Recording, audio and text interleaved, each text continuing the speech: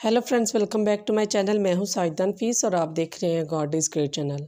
खुदावंद के ज़िंदा जलाली और बाबरकत नाम में आपका मेरा दिली सलाम। मेरा ईमान है कि खुदावंद के फजल व करम से आप खैरियत से होंगे। आज की वीडियो में हम सीखेंगे कि कलाम मुक़द्दस के मुताबिक गुनाह से कैसे बचा जा सकता है। वीडियो के अंत तक ज़रूर देखिएगा और अगर आपको मेरी वीडियो अच्छी लगे तो लाइक और सब्सक्राइब और साथ साथ शेयर भी ज़रूर कीजिएगा ताकि आपको मेरी नेक्स्ट आने वाली वीडियो सबसे पहले मिल सके और आप अपने ईमान को खुदावंद पर और ज़्यादा मजबूत और पुख्ता कर सकें। चलिए चलकर शुरू करते हैं अपनी वीडियो को और सीखते हैं कि कलाम मुक़द्दस के मुताबिक गुनाह से कैसे बचा जा सकता है। बाप और बेटे और रूह कुद्दस के नाम में आमीन। यशूअ बिन सरा की किताब उसका 21 बाब 1 आयत से लेकर 10 आयत तक। बेटा, अगर तूने गुनाह किया तो फिर ना कर, बल्कि पिछले गुनाहों के लिए माफ़ी मांग। गुनाह से ऐसा भाग जैसे तू सांप से भागता है, क्योंकि अगर तू उसके नज़दीक जाएगा तो वो तुझे डसेगा। उसके दांत शेर के दांत हैं जो आदमियों की जानों को हलाक करते हैं। हर एक गुनाह दो धारी तलवार की तरह है, उसके ज़ख़म की इलाज नहीं।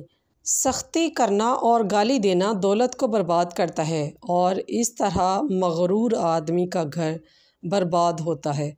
मस्कीन की दुआ खुदा के कानों में पहुँचती है, बस जल्द उसके लिए हुक्म जारी किया जाएगा। जो तनबीह से नफ़रत करता है वो ख़ताकार के नक्शे कदम पर चलता है, पर खुदावंद का ख़ाइफ अपने सारे दिल से उसकी तरफ रुजू लाएगा। ज़बान दराज आदमी की दूर तक शोहरत है, मगर अक्लमंद जानता है कि वो कब करेगा। जो दूसरे के माल से अपना घर बनाता है वो उसकी मानिंद है जो अपनी कब्र के लिए पत्थर जमा करता है।